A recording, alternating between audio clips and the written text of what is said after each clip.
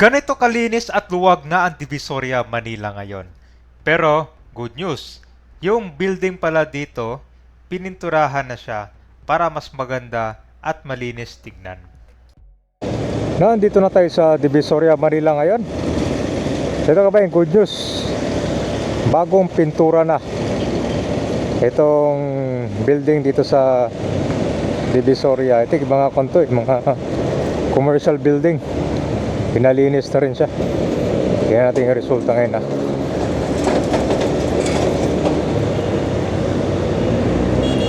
Ito yung bagong pintura eh.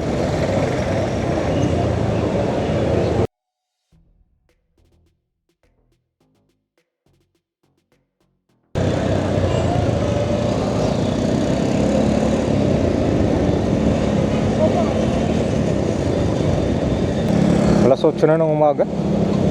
Wala na yung amoy ng basura dito. Sa gabi kasi merong night market eh.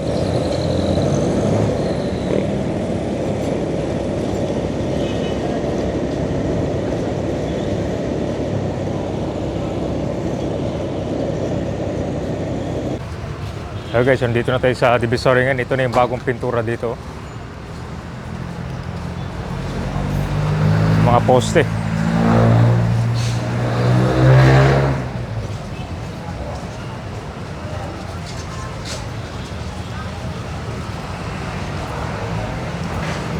Saan pa nagpipintura dito, sir? Dito lang sa building? Kabila. Sa kabila din? Oo, kabila. Manila o... City Hall.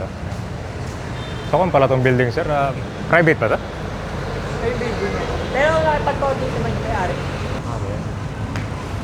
Kulay blue tsaka pod. Sa kabila meron din? Oo, kabila. Yan, para kung siya, magandang tignan. No? Ito yung finished product nila guys. Ano to? Wholesale and retail na kung pala ito dito, building.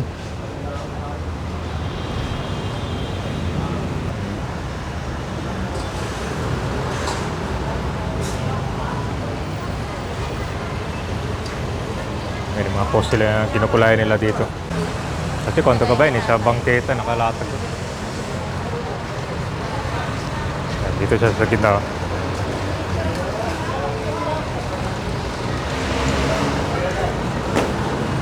Ikon, pinuntaran ni Pro.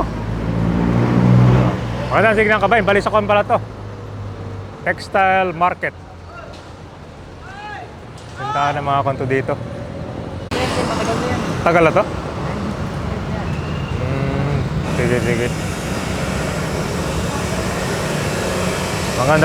Maganda na tignan dito. Ay, mga kabila sir, hindi nakasama. Dito lang na kasi palengke ito. Dito yung bagsakan ng mga konser, no? Mga kan ka ba yung wholesale ng mga dito yung karamihan eh.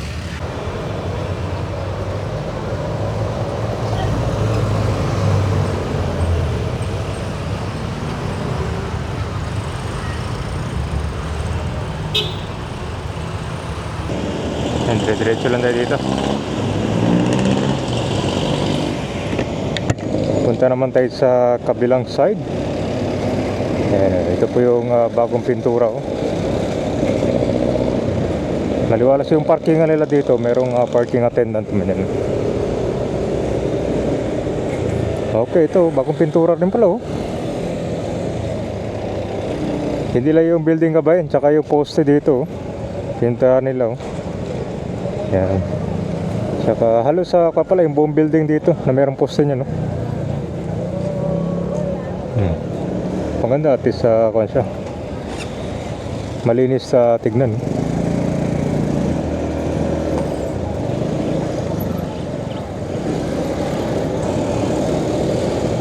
Dito.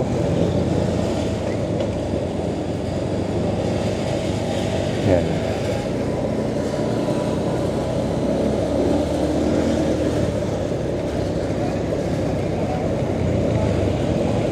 Para terno.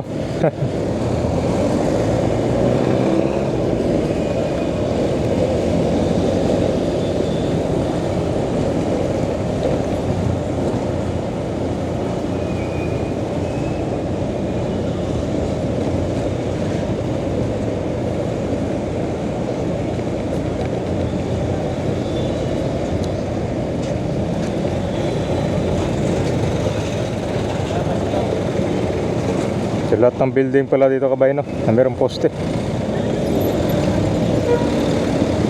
Hanggang dito. Yan, so may nakalagay na dyan, bawal umihi. Ayun, mahiya ka naman pag pa dito, no? Dudugjutin lalo yung kanyan, yung poste. So dito sa kabilang building pala, pinturado na rin, no?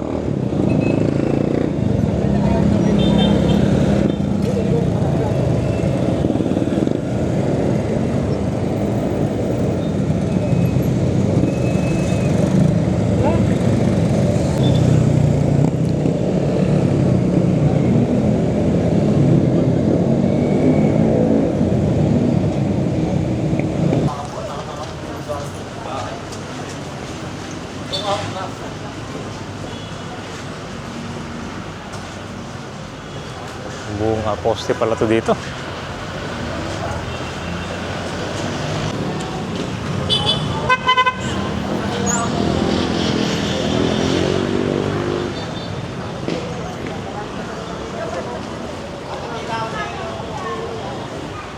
Walang ulit na ako. Ito, tapos pinturaan na. Simula pa lang,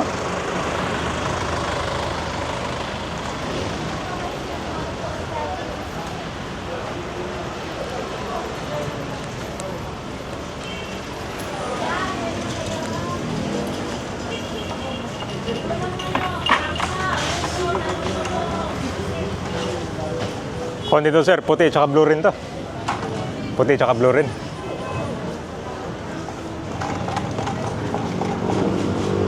Terno na.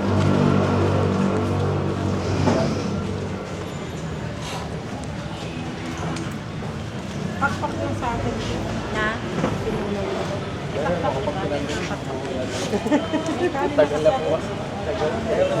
Kailan nagsimula dito sir? Matagal na dito?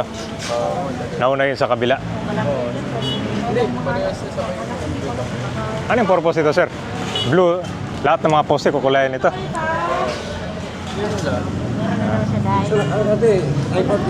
Ayos.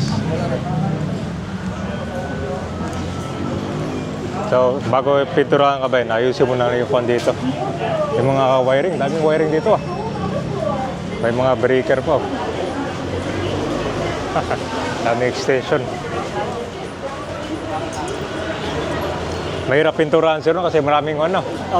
Wiring, ano ba yun? Mga breaker o mga ano yan, jumper. Ayos, ayos. Yan yung meron ka ba yun? Dami mga wiring. Mga extension wire, no? Sa kurente siguro.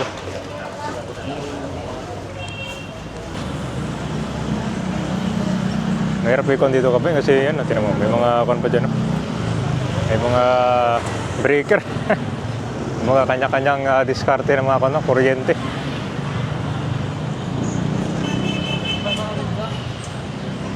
So, abangan natin ang pagkatapos ito kabayan pag ano yung itsura. Pero po yung Carmen Planas. Ito yung non-negotiable na kalsada guys. Ibig sabihin bawal yung kanyan. Yung latag. So dito kasama pa to Carmen Planas. So kasama pa itong poste dyan. So clearing mo na yung gagawin. Kasi marami. Mga nakakabit dyan eh.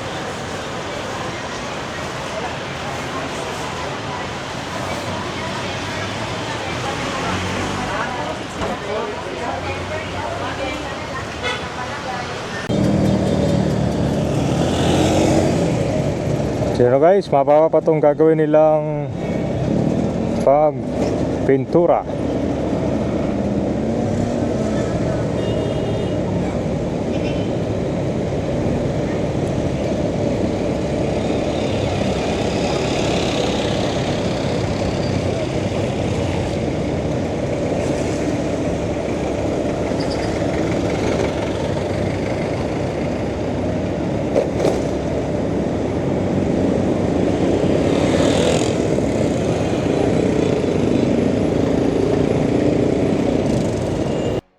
Mas malawak ang kalsada at ang bangketa ngayon dito sa Mabuhay Lane Recto Avenue dahil nakikita na so madalas yung clearing operation dito at malawak ang flashing pagbomba ng tubig. So, yung flashing naman araw-araw yan. Pero dyan sa kabilang side dahil nandyan yung night market.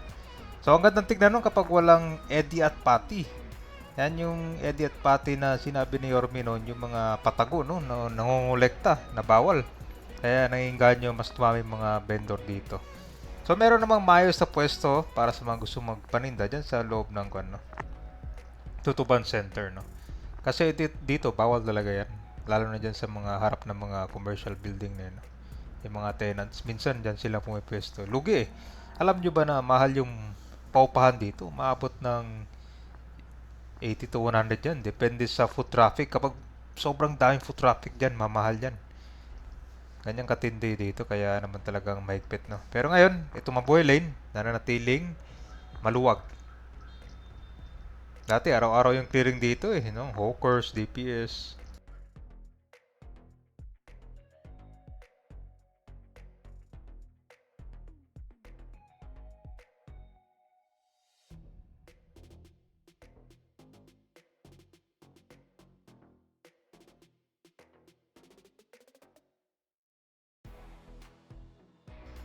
Malaki na palang progress itong bagong commercial building, oh. Dito yung sa Estero. So marami mga barong-barong ang na-demolish dyan.